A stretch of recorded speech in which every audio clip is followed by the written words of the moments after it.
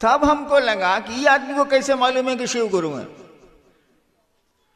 ये कहना है कि शिव तो गुरु है ही नहीं, मानने की क्या जरूरत।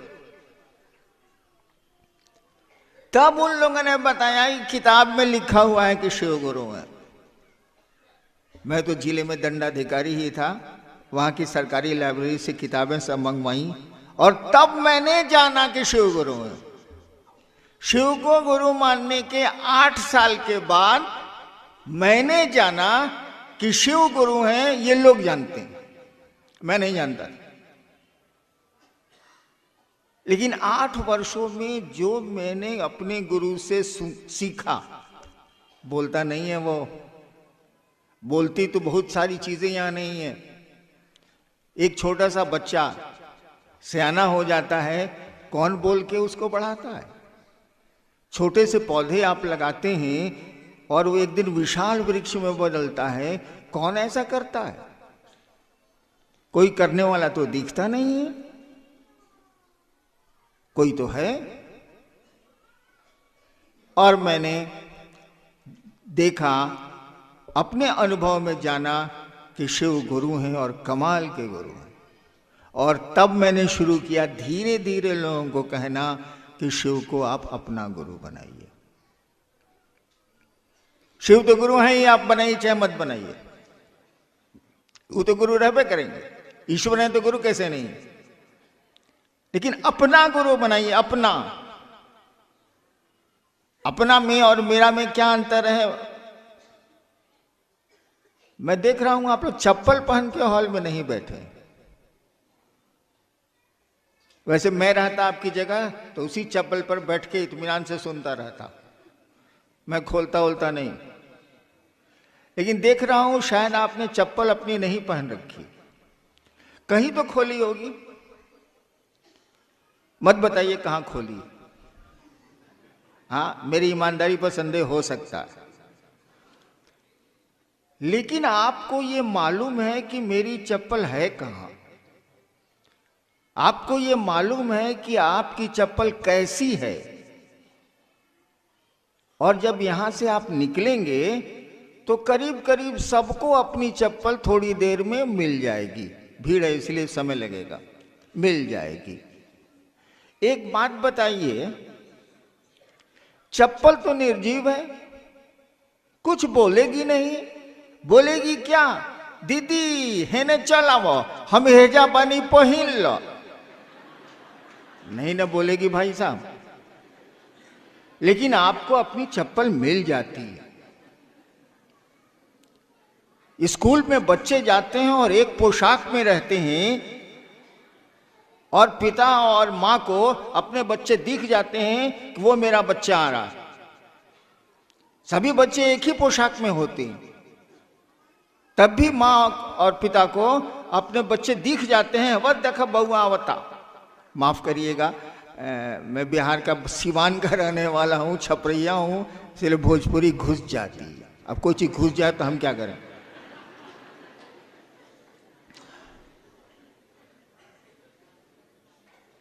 यानी आप अपनी चीजों को पहचान लेते हैं। आपके पॉकेट में कितने पैसे हैं मैं जानना नहीं चाहता, लेकिन आपके पॉकेट में कितने पैसे हैं आपको पता है। कितने पैसे, पैसा नहीं बोलता है, उसमें तो जान नहीं है, निर्जीव है, कागज है, नहीं बोलता। लेकिन आपको हमको पता है। ठीक उसी तरह से उस शिव को जो गुरु है, आप माने अथवा ना माने, वो गुरु रहेगा। सृष्टि के आदिकाल से है और सृष्टि का अंत भी होगा तब भी वो रहेगा। महाकाल ही है वो। महाकाल का अर्थ ही होता है जो काल से परे हो। उसको जैसे अपना गुरु मानिएगा, उस शिव को जैसे अपना मानिएगा, जैसे आपकी बेजान चीजें आपको सब सूचना दे देती हैं, वो शिव तो सभी संसार ही उसका है। आपको पता चल जाएगा कि वो महादेव कैसा है, क्या कर सकता है। ऐसा संसार में कुछ भी नहीं है जिसको शिव नहीं कर सकती। तो मैंने तो सोचा और शिव को गुरु बना लिया। मुझको तो मालूम भी नहीं था कि शिव गुरु है, मैंने तो भगवान समझ के शिव को गुरु माना था। श्रद्धा विश्वास का सवाल ही नहीं था, क्योंकि इतनी समझ तो है कि जिससे भेंट नहीं होगी वो मेरा गुरु कैसे हो सकता है, मेरा मित्र कैसे हो सकता है। लेकिन शिव को गुरु मान के जो मैंने देखा, जो बोध हुआ मुझको, जो अनुभूति हुई, लगा कि वाह कमाल के गुरु हैं। और इसीलिए ये बात हम लोगों ने कहनी शुरू की कि शिव को अपना गुरु बनाइए। और आपसे भी यही अनुरोध करने चला आया कि आप भी दूसरों को शिव शिष्य बनाइए, उनको शिव की ओर 2 कदम चला दीजिए। इससे बढ़िया काम नहीं हो सकता है। और शिव को गुरु मानने में क्या है, हमने कैसे माना, अब तो पूरा कहानी कह देनी तो वो नहीं के बुझात।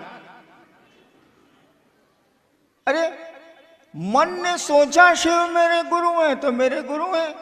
मन ने सोचा कि सामने बैठी हुई महिला मेरी बहन है तो मेरी बहन है। मन ने सोचा कि ये मेरा बेटा है तो मेरा बेटा है। खेला तो मन का है, शरीर का तो है नहीं। अगर शरीरों का शरीर का साथ होता तो एक बिस्तर पर सोने वाले पति पत्नी तलाक के मुकदमे में क्यों जाते। एक बिस्तर पर सोने वाले 2 भाई जमीन के लिए मुकदमे करते हैं कि नहीं। हम लोग तो कचहरी के साहब रहे ही हैं, मुकदमे होते हैं। शरीर का साथ कोई मानी नहीं रखता है, साथ मानी रखता है मन का। तो शिव मन के न गुरु होंगे, शरीर से क्या मतलब। केवल हमारा आपका मन उस शिव को अपना गुरु मान के रखे, बस इसी के लिए 3 काम करने हैं और कुछ नहीं है। वो जब आप संबंध बनाए भूल जाएंगे तो संबंध सो जाएंगे। यही नियम है धरती का भी। आप किसी को दोस्त बना लीजिए, बस में चलते हैं, ट्रेन में चलते हैं, जहाज में चलते हैं, क्या होता है, रात भर की यात्रा में सामने वाला ऐसा दोस्त होता है, ऐसा दोस्त होता है कि साला अपना भाई भी वैसा नहीं होगा। हम लोग तो चलते थे सरकार के काम से टूर में, तो सामने वाले को कहते थे एसी फर्स्ट में कि भाई साहब नाश्ता करिएगा। नाश्ता लेके पत्नी दे देती थी या परिवार के लोग दे देते थे, करिएगा तो नहीं नहीं नहीं नहीं नहीं ठीक है ठीक है। तो हम लोग कहते थे कि घबराइए मत, हम एडीएम है जिला के भाई साहब, आपको बेहोश नहीं करेंगे, मेरा आई कार्ड देख लीजिए, एगो रसगुल्ला खा लीजिए। मेरा छोटा भाई आईजी था दिल्ली का, रिटायर किया है। उस ससुरे को आज तक हम नहीं कहा कि बउआ एगो रसगुल्ला खा लो। मैं साला खा रहे खाने मत खाओ। लेकिन ट्रेन के सामने वाले पैसेंजर को रसगुल्ला खिलाने के लिए हम लोग आई कार्ड दिखलाते हैं कि देखिए भाई हम पदाधिकारी हैं सरकार में, आपको बेहोश थोड़े करेंगे रसगुल्ला खिला के। लेकिन सुबह जब यात्रा खत्म होती है भाई साहब, कहाँ गए वो रात भर के आपके दोस्त, कहाँ गई वो रात भर की आपके मित्रता, सब खत्म। तो संबंध खत्म, सब खत्म। मन से मीठा मित्र तो बातें कहीं खत्म। हम लोगों ने कहा कि शिव को गुरु मानो तो बस की यात्री की तरह मत मानो, शिव को गुरु मानो तो ट्रेन के यात्री की तरह मत मानो। मानो तो मानो, और तब देखो परिणाम क्या आते हैं। Put to test and results, जांचो। और शायद आपने जांचा है, इसीलिए इस कड़ाके की सर्दी में भी मना करने पर आ पाए। मैंने तो मना किया था कि उत्तराखंड का कार्यक्रम है, मात्र उत्तराखंड के लोग रहेंगे, तब भी अगल बगल के लोग आए हैं। मुझको ये पता है क्यों आए, काहे आए। इसलिए आए हैं कि शिव को उन्होंने गुरु माना है, गुरु शिष्य को ईश्वर की ओर ले चलते हैं, आवेश जगाते हैं। कहीं ना कहीं उस महादेव का आवेश आपके मन में जगा है तो सुन लिया कि शिव चर्चा है ऋषिकेश में, चलते हैं यार। संडे का तो दिन हिले है, थोड़ा ठंड ही न लगेगा, थोड़े पैसे ही न लगेंगे, चलो शिव की बात सुन के आती है। देखिए आवेश जगा दिया उस गुरु ने, गुरु का यही काम होता है। चलिए देखते हैं जिज्ञासा क्या है।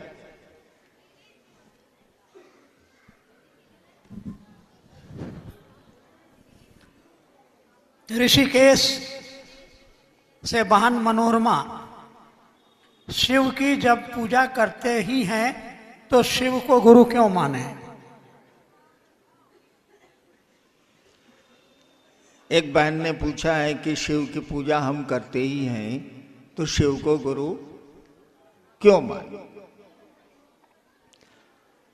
किसी की भी पूजा करें आप तो आपको ये पहले जानना होगा कि वो है कौन और उसको प्रसन्न करने की पद्धति क्या होगी, विधि क्या होगी। तो ये तो पूजा हुई। पूजा से आप अपना कल्याण चाहते हैं, जो भी चाहते हो, लेकिन गुरु तो ज्ञान देंगे। आप बचपन में एक कहानी, एक बात सोच लीजिए, अगर 5 साल के बच्चे के सामने महादेव आ जाएं और कहें कि मांगो, क्या मांगते हो, वो क्या मांगेगा? एक 5-6 साल के बच्चे के सामने शिव आ जाएं और कहें कि बच्चा मांगो, हम शिव हैं, क्या मांगेगा? वो ढेर से ढेर बोलेगा, ढेर से ढेर सोच के बोलेगा, कहेगा अंकल एगो कैडबरी चॉकलेट ला दीजिए। क्योंकि ज्ञान उतना ही है, समझ उतनी ही है।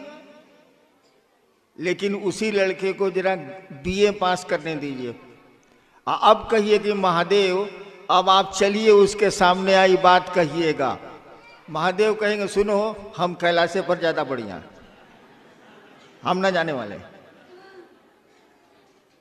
काहे कि उसको अब ज्ञान आ गया, उसको बुद्धि आ गई।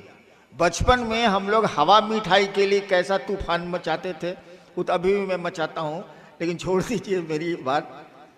मैं महोत्सव में जाता हूँ तो बहुत भीड़ होती है, दूर दूर में हवा मिठाई, वो लाल लाल मिठाई रुई वाली नहीं है, बिकती है। मैं आदमी भेजता हूँ उसको लेके आओ।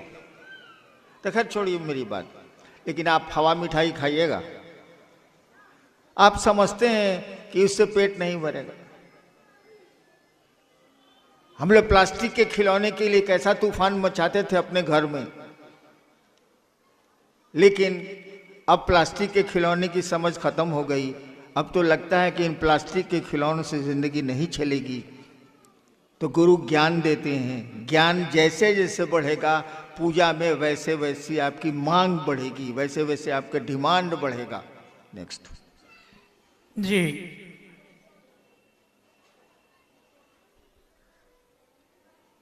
क्या है? सेलाकुई भाई मधुरेंद्र, धरती पर बहुत सारे गुरु हैं, शिव ही गुरु क्यों? इसके साथ ही 2-3 और ऐसी ही जिज्ञासा है। मेरे पड़ोसी कहते हैं महादेव को गुरु क्यों बनाया है, क्या है उनके पास? और है दिल्ली से है, चर्चा परिचर्चा में जाते हैं तो लोग कहते हैं भोले बाबा गुरु कैसे हो सकते हैं, वो तो भगवान है। हाँ हाँ बिल्कुल है, अब भगवान है तब तो गुरु होंगे ही होंगे, होना ही है। जिसने सृष्टि बनाई है वो, इस टेबल को बनाने वाला जितना बढ़िया मास्टर होगा, आपके उतना ही बड़े टेक्नीशियन हो जाइए, उतना बड़ा मास्टर हो सकते हैं आप? हो ही नहीं सकते आप। कैसे होइएगा? उसको तो मालूम है कि ये लकड़ी कहाँ से उसने काट के लकड़ी को लाया है, उसको तो मालूम है कि किस आराम मशीन में ये लकड़ी चिराई है, उसको मालूम है कि कांटी की जगह हमने लकड़ी की कील कहाँ कहाँ भीतर में ठोकी है। इसीलिए कहा जाता है गॉड इज गुरु। जब कोई गॉड है तो उसको तो गुरु होना ही होना है।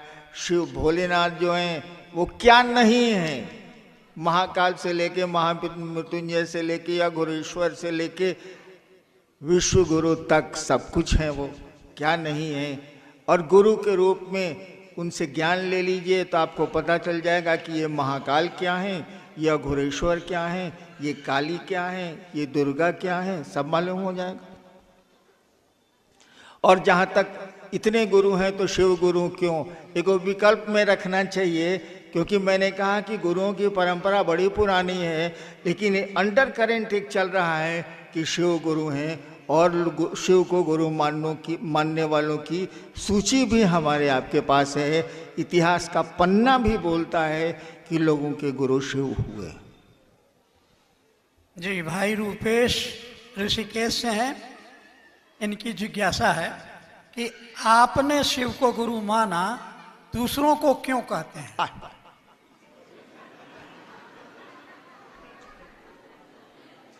आय मल पढ़ के हम कलेक्टर भोई नहीं तो पियर बत्ती वाला गाड़ी से घूमत नहीं, तरह के ना कहीं पढ़े के आए बात।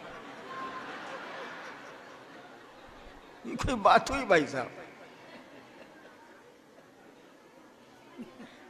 हमको कोई अच्छी चीज मिली है, आपको कोई बहुत अच्छी चीज मिली है, दूसरों को आप नहीं कहते हैं। आदमी है कि क्या है आप? इंसान का ये लक्षण थोड़ी है। मैंने शिव को गुरु माना, मुझको बहुत अच्छा लगा, मैं दूसरों को बोलूंगा ही बोलूंगा, आप मानिए चाहे मत मानिए। कौन गड्ढे में ठेल रहा हूं? शिव की ओर ही तो ले चल रहा हूं। ये आप पर है माने चाहे थोड़ा ना माने, मैं तो शोर करूंगा ही। बाप तो कहबे करेगा बेटवा को कि पढ़ पढ़, अब बेटवा पढ़ेगा नहीं पढ़ेगा, बप्पा क्या करेगा? चलिए जी, एक और जिज्ञासा भाई गोपाल, एक भाई, हाँ भाई गोपाल हैं उत्तम नगर दिल्ली से।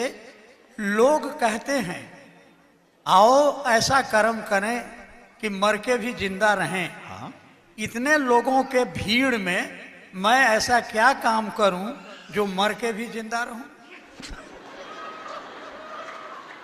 हाँ ठीक है ठीक है ठीक है। मेरे यहाँ एक आदमी का बर्थडे मनाया जा रहा था, जन्मदिन की पार्टी थी। हमने कहा कि देखिए जन्मदिन तो आप हम जिंदा हैं तो मना ही लेते हैं, भगवान ने पैसे दिए हैं तो जन्मदिन का तो केक कट जाएगा या मिठाइयां बढ़ जाएंगी। क्या आपने ऐसा सोचा है कि आपके मरने के बाद दूसरे आपका जन्मदिन मनाएं? जब तक हम आप जिंदा हैं तब तक तो व्यवस्था करके जन्मदिन मना लेंगे, या मेरा परिवार या मेरे परिजन मना लेंगे। क्या आपने सोचा है कि आपके इस धरती से जाने के बाद भी आपका जन्मदिन मनाया जाए, महात्मा गांधी की तरह या और लोगों की तरह? नहीं सोचा आपने। कुछ ऐसा कर्म करके जाइए, धरती पर कुछ ऐसा करके जाइए कि आपके हमारे जाने के बाद भी लोग हमारा आपका जन्मदिन मनाएं। लोग मनाते हैं, लोगों के लिए कुछ करके जाइएगा, तब ना कहिएगा कि हमको महादेव मिले हैं, आपको काहे बता देंगे हम। तब तो नहीं मनेगा जन्मदिन, तब तो नहीं मनेगा जन्मदिन। आप उन्होंने देखिए ताली दो तरह से बजती है। एक तो मंच पर भगाने वाले के लिए, हाँ हाँ, इसका प्रयोग हम लोग विद्यार्थी रहे हैं कि नहीं? भाई सरकार में हम ज्वाइंट सेक्रेटरी रहे हैं तो हमको नहीं मालूम है ताली काहे बजती है। एक तो आदर से बजती है, कुछ अच्छा बोले आप। एक वो ताली बजती है कि साला बकर बकर करता भगाओ सालों को, ताली बजाए भाग जाएगा। तो मैं अब भाग रहा हूं, आप सबों को मेरा प्रणाम। और शिव के शिष्य के रूप में मैं अनधिकार, मुझको अधिकार नहीं है, अनधिकार आपके शुभ की कामना करता हूं। आप शिव की ओर 2 कदम चलें, यह अपने गुरु महादेव से प्रार्थना करता हूं। आपके दुख कम हो, आपके जीवन में आनंद आए, इसके लिए अनधिकार आशीर्वाद देता हूं। अनधिकार, मुझको अधिकार नहीं है, मैं गुरु नहीं हूं, अनधिकार आशीर्वाद देता हूं। आप सबों के चरणों में मेरा प्रणाम। शुरू करें जी। सभी गुरु भाई बहनों को प्रणाम है। आज काफ़ी दिनों बाद फेसबुक लाइव के माध्यम से साहब आप लोगों से बात करेंगे। बीच में थोड़ा लॉकडाउन, कोरोना का प्रभाव, उस कारण भी बात नहीं हो पाई। अभी साहब की तबीयत भी बहुत स्वस्थ नहीं है, पहले से कुछ ठीक है, लेकिन अस्वस्थता के बावजूद साहब ने अनुमति दी है कि आप लोगों से 2 शब्द बात करेंगे। तो ध्यान से जो भी लोग जुड़ रहे हैं वो सुनेंगे साहब की बातों को, और लोगों तक भी इसको पहुंचाने का प्रयास करेंगे, क्योंकि काफ़ी दिनों बाद ये मौका मिला है साहब को लाइव सुनने का। कुछ प्रश्न आए हैं, जिज्ञासाएँ आई हैं, साहब से हम लोग अनुरोध करेंगे कि उस पर कुछ जिज्ञासा का समाधान हो। और इसी के साथ मैं अनुमति चाहूँगा साहब से कि साहब की तरफ कैमरा घुमाया जाए। लाइए भाई।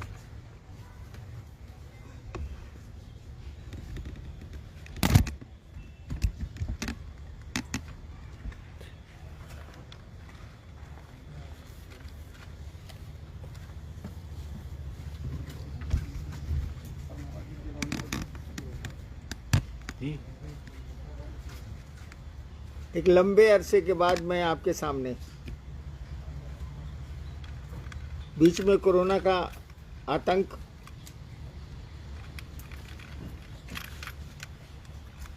मन इस चिंता में पड़ा था कि पूरी दुनिया त्रस्त है,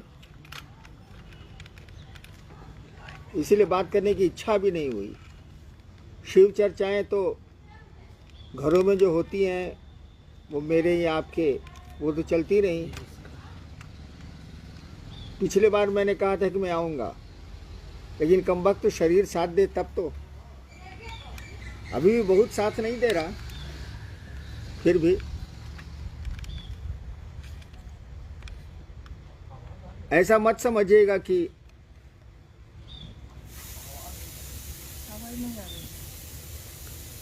एकदम नहीं आ रही है।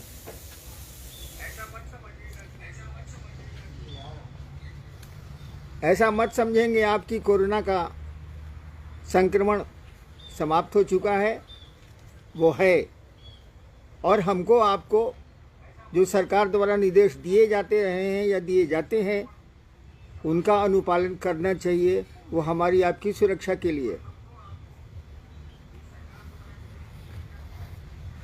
गुरु भाइयों और गुरु बहनों से भी मैं अनुरोध करूंगा कि सतर्कता नहीं छोड़ें।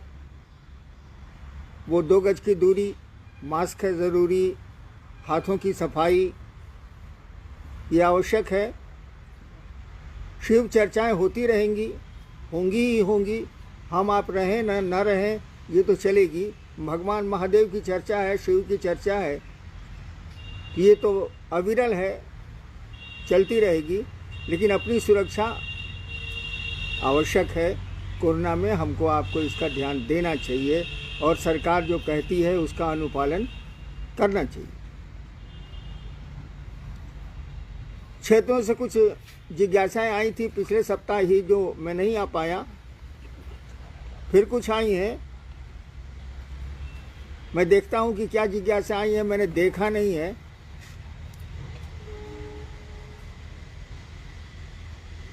क्या जिज्ञासा है, कोई पढ़िए भाई। आओ चले शिव की ओर। पेज नंबर 177 में साहब आपने लिखा है कि ऐसे में यदि प्रश्न होंगे तो चुंबक उत्तरगामी होगा, मेरे गुरु शिव होंगे। इस वाक्य का क्या अर्थ है? सोनी, झारखंड, भरतखंड, बिहार। भरतखंड का कौन स्टेट? बिहार। बिहार।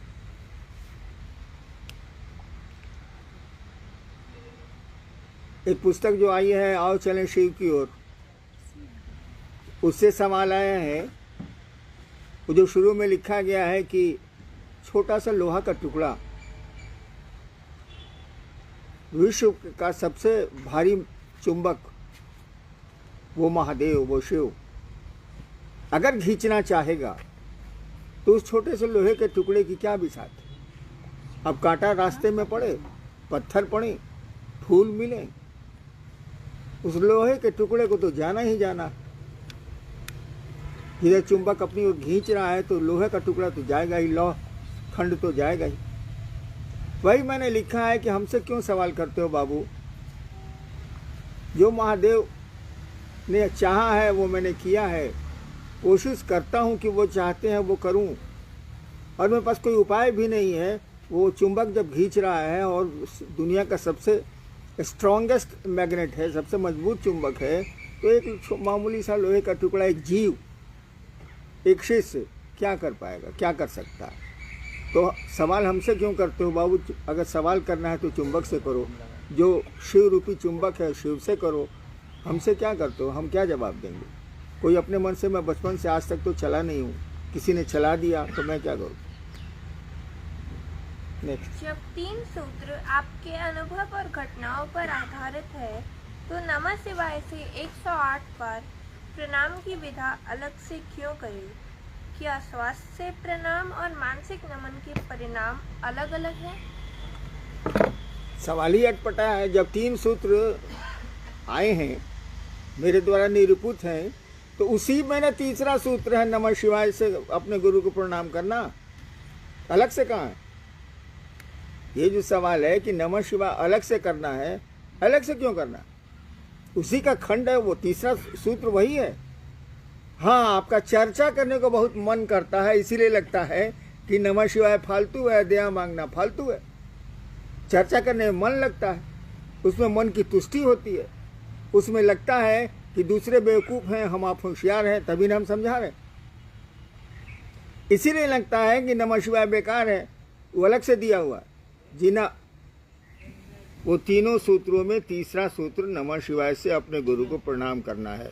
और जो अपने गुरु को प्रणाम नहीं कर सकता वह शिव का शिष्य हो ही नहीं सकता। जो अपने पिता और माँ को प्रणाम नहीं कर सकता वह पुत्र कहलाने का अधिकार भारतीय संस्कारों में नहीं है उसको। और जहाँ तक मानसिक प्रणाम यानी माला पर प्रणाम जिसको आप कह रहे हैं, और श्वास पर प्रणाम, दोनों में थोड़ा अंतर है। माला पे अगर प्रणाम कर रहे हैं तो उसकी गिनती तय है, वो 108 बार ही होगा। माला 108 की दानों की होती है। श्वास पर गिनती नहीं है, वहाँ गिनती नहीं की जाती है। सांस आती है तो नमः जाता है, और सांस निकलती है तो शिवाय जाता है। और ये प्रणाम शिव गुरु को स्मरण करके किया जाता है। कहीं भी किया जा सकता है, खेत में भी काम करते किया जा सकता है, भोजन करते भी किया जा सकता है, नहाते भी किया जा सकता है, कहीं भी किया जा सकता है। लेकिन माला पे जब तो खेत में खुरपी चलाते नहीं हो सकता। नेक्स्ट। नमः शिवाय से प्रणाम करते समय महादेव की तस्वीर जिस पर ध्यान करते हैं वह गायब हो जाती है, तो भाव प्रणाम कैसे करें? महादेव की तस्वीर जब उनको प्रणाम करते हैं तो गायब हो जाती है। गायब महादेव की तस्वीर नहीं गायब होती है बाबू, हमारा आपका मन वहाँ से हट जाता है। उनकी तस्वीर कहाँ गायब होगी? वो तो कण कण में।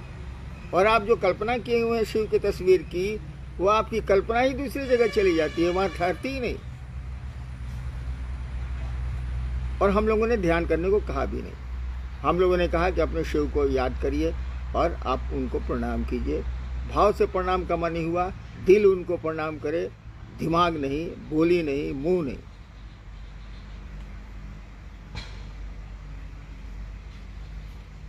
आपने शिव को गुरु माना है,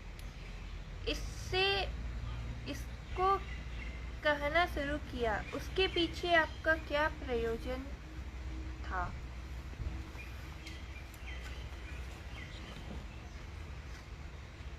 एक सवाल आया है, एक जिज्ञासा आई है। मैंने शिव को गुरु माना और कहना शुरू किया कि शिव को आप भी अपना गुरु बनाएं। इसके पीछे आपका क्या प्रयोजन था या है? देखिए, मैं अध्यात्म के क्षेत्र में बचपन से ही लगा रहा। तरह तरह के अघोरी, तरह तरह के तांत्रिक, तरह तरह के गुरु, योग की साधना भी की, श्मशान की भी साधना की, लेकिन मेरे मन लायक हासिल कुछ नहीं हुआ। मेरा मन क्या चाहता था ये हमको भी नहीं पता। बहुत सारी आकांक्षाएं, इच्छाएं आपके मन को भी पता नहीं होती हैं, जो काल क्रम में आती हैं। जब मैंने शिव को गुरु माना, किसी ने तो कहा नहीं था, कहीं मैंने पढ़ा नहीं था। जब मैंने शिव को गुरु माना तो पूरा अविश्वास था, कोई भरोसा नहीं था मुझको। कहा कि सभी जगह से हताशा मिली थी, निराशा मिली थी, दुख मिला था। तो हमको लगा कि शिव तो शरीर में है नहीं, वो बोलेंगे भी नहीं, तो वहां तो कोई उम्मीद है ही नहीं। लेकिन धीरे धीरे शिव को गुरु मानने के बाद धीरे धीरे जो परिणाम आने शुरू हुए, 6 साल बीता, 74 में, 1974 में, 74 में मैंने शिव को गुरु माना और आया 1980 का साल। मैंने इक्का दुक्का लोगों को कहना शुरू किया। पहले तो कहना शुरू किया कि नमः शिवाय से करिए,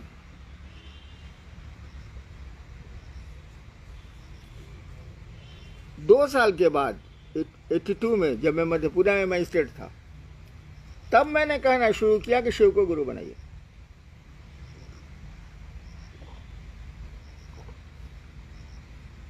मैंने कहा कि शिव को गुरु बनाने की जरूरत नहीं, हो तो गुरु है, अपना गुरु बनाइए, यानी आप शिष्य बनिए। बड़ी कठिनाई हुई, बहुत परेशानियां हुई, लेकिन मैं बढ़ता गया। उन परेशानियों, उन तलखियों, उन व्यंग्य शब्दों के बावजूद मुझको लगा कि शिव कमाल के गुरु, जो शरीरधारी गुरुओं से भी ज्यादा नजदीक हैं, ज्यादा बढ़िया से समझा सकते हैं। वो मध्य रात्रि को भी समझा सकते हैं, बिछौने पर भी समझा सकते हैं, कहीं भी समझा सकते हैं। केवल आपको शिष्य बनने का भाव देना होगा। मुझको लगा कि ये कमाल के गुरु, क्यों नहीं लोगों के दिल में शिव को बसाया जाए। और उसी सिलसिले में अब तक मैं काम कर रहा हूं कि लोगों की धड़कनों में शिव बसे, वो गुरु बसे, ताकि उनका जीवन भी सुंदर हो जाए, सुखमय हो जाए, शिवमय हो जाए। उनकी भी इच्छाएं, आकांक्षाएं या उनका जो व्यवहार है वो थोड़ा शिव के अनुरूप लगे। ऐसा नहीं कि वो एकदम स्वार्थ में जी रहे हैं, किसी से कोई मतलब नहीं है, पड़ोसी बीमार है तब भी आप चैन से हैं, ये छूटे। क्या शिव तो सर्वहित में काम करता है, वो तो सर्वमय है, इसीलिए सर्वहित में काम करता है। मैंने इस काम को शुरू किया, धीरे धीरे संख्या बढ़ती गई और जैसे जैसे बढ़ी मैंने देखा कि लोग शिव से नहीं जोड़ रहे हैं, शिव चर्चाएं जरूर कर रहे हैं, खूब कर रहे हैं। शिव चर्चा रोक दी गई है अभी कोरोना में, तो लगता है कि मैं अकेले में मिल जाऊं तो ये लोग मुझको मारेंगे कि काहे रोक दिया आप। एक आदमी ने तो मुझको सासाराम से फोन किया कि आप होते कौन है शिव चर्चा रोकने वाले। यानी कहने का मानी चर्चा का ये आकर्षण। अगर कहीं चर्चा है और मैं कैंसिल कर दूं उसको तो बहुत बवाल होता है। बहुत अप्रिय प्रिय मेरे लोग अब मुझको अप्रिय नजरों से देखते हैं। यानी चर्चा का आकर्षण बहुत है, क्या उससे सम्मान भी लोगों को मिलता है, सुविधा चाहे तो सुविधा भी मिलती है, अयासी चाहे तो भीड़ है तो पैसे भी मिलते हैं। और धीरे धीरे महादेव का महत्व घटने लगा, करीब करीब घट चुका है। कुछ ही लोग बचे हैं जो शिव से लोगों को जोड़ रहे हैं। अमूमन लोग जो 20 साल 25 साल से हैं, अमूमन वे लोग अपने से लोगों को जोड़ रहे हैं ताकि उनका क्षेत्र बढ़े, उनका वर्चस्व बढ़े, उनको सुविधाएं मिल पाए, उनको सम्मान मिल पाए। बाकी जो आप समझते हैं समझिए। अपने गुरु तो मेरे लिए बहुत दुख का कारण था है ये कि हम काम शुरू किया था शिव से लोगों को जोड़ने के लिए, शिव लोगों के दिल में धड़के, ये सोच के मैंने काम शुरू किया था। और ये हो क्या रहा है, जो है सो अपनी डफली अपना राग गा रहा है। बहुत क्षेत्रों में देखिएगा उस आदमी से बिना पूछे उसके क्षेत्र में आप जा नहीं सकते, क्या कि उसका राज चलता है, उसका वर्चस्व चलता है, उसका कंट्रोल चलता है। क्या शिव शिष्य के ये लक्षण है? क्या शिव ऐसा ही करते हैं? वो तो नहीं करते। आप शिव के शिष्यों के ऐसा क्यों करते हैं? बहुत जिलों में देखिएगा लोग कहेंगे कि हम तो 40 साल से वही कर रहे हैं जो साहब चाहते हैं, और बाद में देखिएगा कि पूरे इलाके में कभी उसका राज था, पूरा शासन चलाता था वो। और अभी पूछिएगा कि भैया आपको लोगों को शिव से जोड़ना था, आप अपने से जोड़ लिए, तो आपसे मार करने को तैयार हो जाएगा। एक ही उदाहरण उसको दे दीजिए कि आपके पूरे जिले में आपका आतंक है। आतंक शब्द का मैं प्रयोग कर रहा हूं। आतंक है, आप जो चाहते हैं वही होता है शिव चर्चाओं में या परिचर्चाओं में। तो आपका शत्रु हो जाएगा। मेरे बहुत शत्रु हो गए हैं। इस काम के लिए तो शिव कार्य नहीं शुरू किया गया था। ऐसे तो शिव दिलों में लोगों के नहीं धड़केंगे। आप धड़क रहे हैं भाई साहब। कारण जो भी हो वही हो रहा है। और शिव को गुरु मान के आप चले हैं तो कुछ नयापन आना नहीं चाहिए। आज तक गुरु शिष्य परंपरा में शिष्य लोक खो जाए, परलोक खो जाए, ये नहीं हुआ। धरती मिल जाए या आसमान की अलौकिक शक्तियां मिल जाए या फिर मोक्ष मिल जाए, इसी दो काम के लिए ना गुरु शिष्य परंपरा आज तक पूरे विश्व में चली है। आपका गुरु सर्वोच्च गुरु है, सबसे बड़ा गुरु है वो। उससे बड़ा गुरु हो ही नहीं सकता। वो ईश्वर है, महेश्वर है, वह आपका गुरु है। तो आप उसके शिष्य हैं तो कोई नमूना पेश करिएगा ना भाई साहब। आप लोक परलोक के पीछे काहे पड़े? शिव से जुड़िए, आपको लोक भी मिल जाएगा, परलोक भी मिल जाएगा। बहुत शिव से मुझको मिले कि मुझको शिव से बना दीजिए। अरे मैं कैसे बना दूं? गुरु है शिव, शिष्य बनेंगे आप, मैं बीच में कहा हूं? लेकिन इसके पीछे उसकी मंशा क्या थी? वो सोचता क्या है? वो सोचता है कि शिव से बनेंगे, कुछ अलौकिक शक्तियाँ आएंगी और मेरा सम्मान बढ़ेगा। अभी तो 500-600 रुपया लोगों से लेते हैं, अब 5,000, 10,000, 20,000 लेंगे। यही मंशा है। तो लोग तो आपसे छूटा ही नहीं, ये धरती तो आपसे छूटी ही नहीं। शिव के शिष्य हैं आप, तो शिव को दो लोगों के दिल में धड़काइए ना। उस महादेव को धड़काइए ना, जो आदिकाल अनादिकाल से ईश्वर बना हुआ है, जिसके घर घर में पूजा होती है, वो करिए ना। तो ये जो सवाल है कि हमने जिस प्रयोजन से महादेव का काम शुरू किया था वो प्रयोजन नहीं है अब। कुछ लोगों को छोड़ के, कुछ लोग अभी भी हैं, मैं इसको स्वीकार करता हूँ और उनको प्रणाम करता हूँ, वो हैं, उनको भी, जो चले गए उनको भी। लेकिन ऐसे लोग ज्यादा हैं जो चर्चाओं को ही शिव समझ लिए। शिव चर्चाएं ही शिव हो गई हैं और शिव की कोई कीमत इनके पास नहीं है, चर्चाओं की कीमत है। अभी चर्चाएं रोकी हुई हैं, मामूली क्रोध है लोगों को, तो रास्ता निकाल लिया इन लोगों ने। क्या कॉन्फ्रेंस करेंगे? मुंबई पर जो कॉन्फ्रेंस होता है मुझको तो आता नहीं है।